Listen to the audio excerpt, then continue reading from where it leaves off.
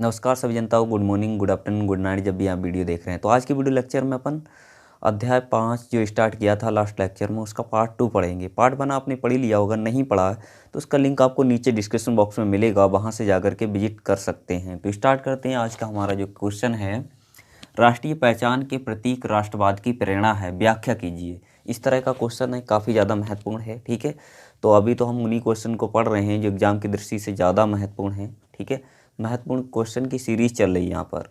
ठीक है, अगर सीरीज़ से आप अभी तक नहीं जुड़े हैं तो नीचे जो रेड कलर का बटन है उसे दबाइए, साथ ही घंटे वाले आइकन को दबाना ना भूलें, जिससे इस सीरीज़ में हम जो भी वीडियो डालें उसका नोटिफिकेशन आपको मिले सबसे पहले। तो स्टार्ट करते हैं। इसका आंसर राष्ट्रीय पहचान के प्रतीक राष्ट्रवाद की प्रेरणा है, व्याख्या कीजिए। ये क्वेश्चन है।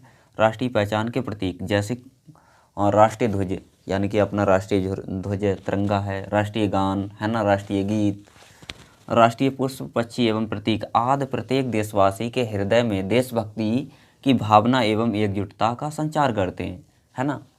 यानी कि हमें अपने देश से अगर प्रेम है तो हम क्या, यानी कि देश प्रेम हमें कौन सिखाता है? राष्ट्रीय ध्वज है, राष्ट्रीय गान है, राष्ट्रीय गीत है, राष्ट्रीय पुष्प है, पक्षी, प्रतीक आदि प्रत्येक व्यक्ति के हृदय में देशभक्ति की भावना एवं एकजुटता मतलब मतलब लोग कैसे रहते हैं? एकजुट रहते हैं, इकट्ठे रहते हैं। किसकी वजह से? क्योंकि उन्हें अपने राष्ट्र से, देश से, राष्ट्रीय ध्वज से, है ना, राष्ट्रीय गीत से प्रेम होता है।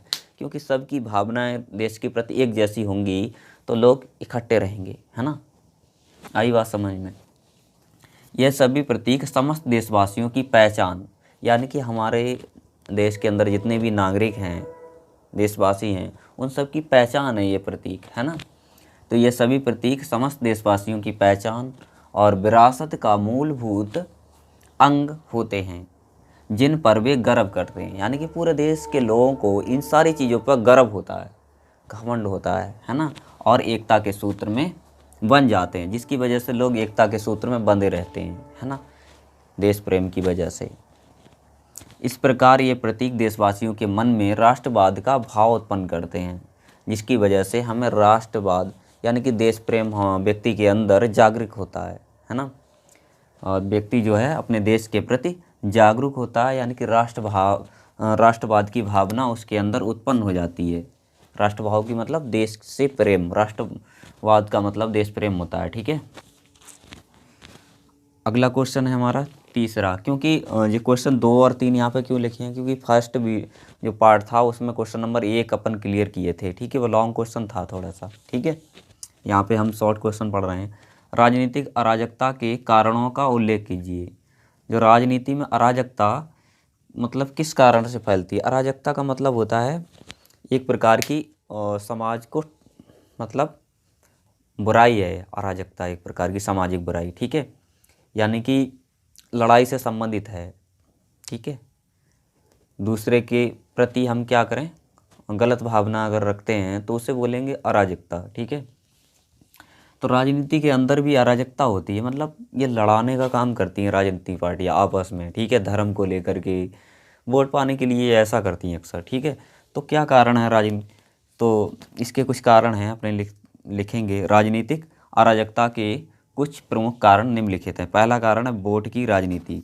राजनीतिक पार्टियां क्या करती हैं? वोट की राजनीति करती हैं, सिर्फ वोट मिल जाए उन्हें। ठीक है, वोट पाने के लिए वो हर तरह की नीति अपना लेंगे, यानी कि साम दाम दंड भेद सब कुछ, है ना।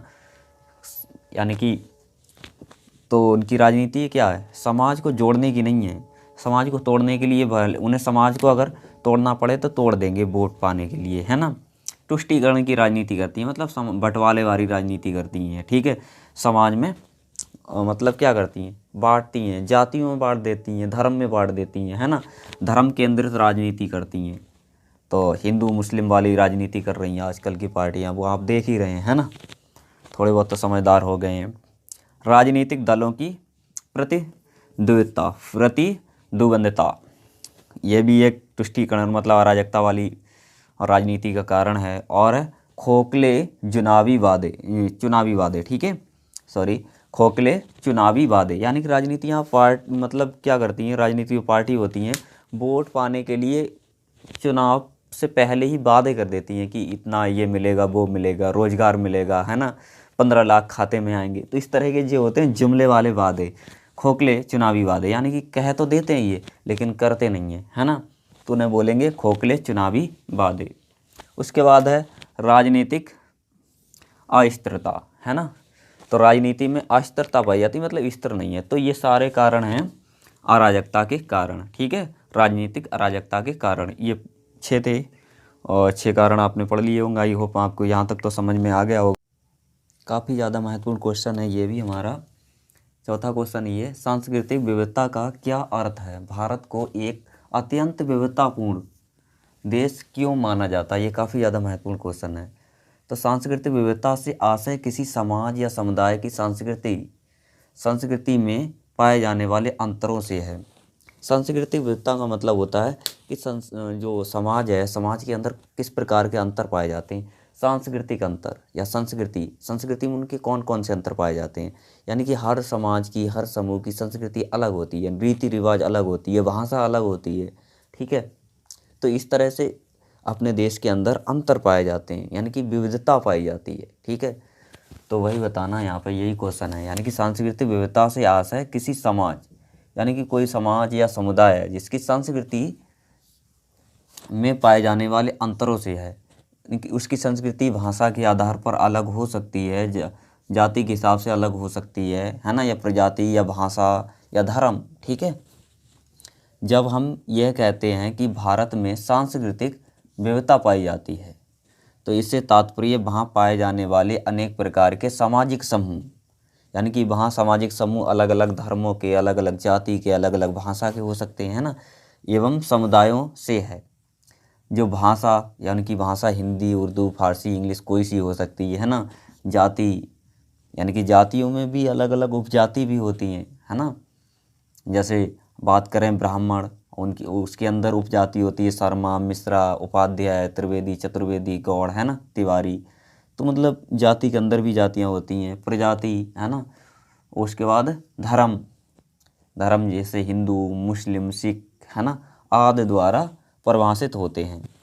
तो भारत के अंदर ये सब कुछ पाया जाता है, मतलब विविधता देखने को मिलती है, धर्म के आधार पर भी मिलती है हमें, जाति के आधार पर, और किसके साथ, भाषा के आधार पर। यहाँ भाषाएं बहुत बोली जाती हैं, तमिल, है ना, और हिंदी, बहुत तमाम भाषाएं, मराठी, है ना, गुजराती, भोजपुरी, ठीक है।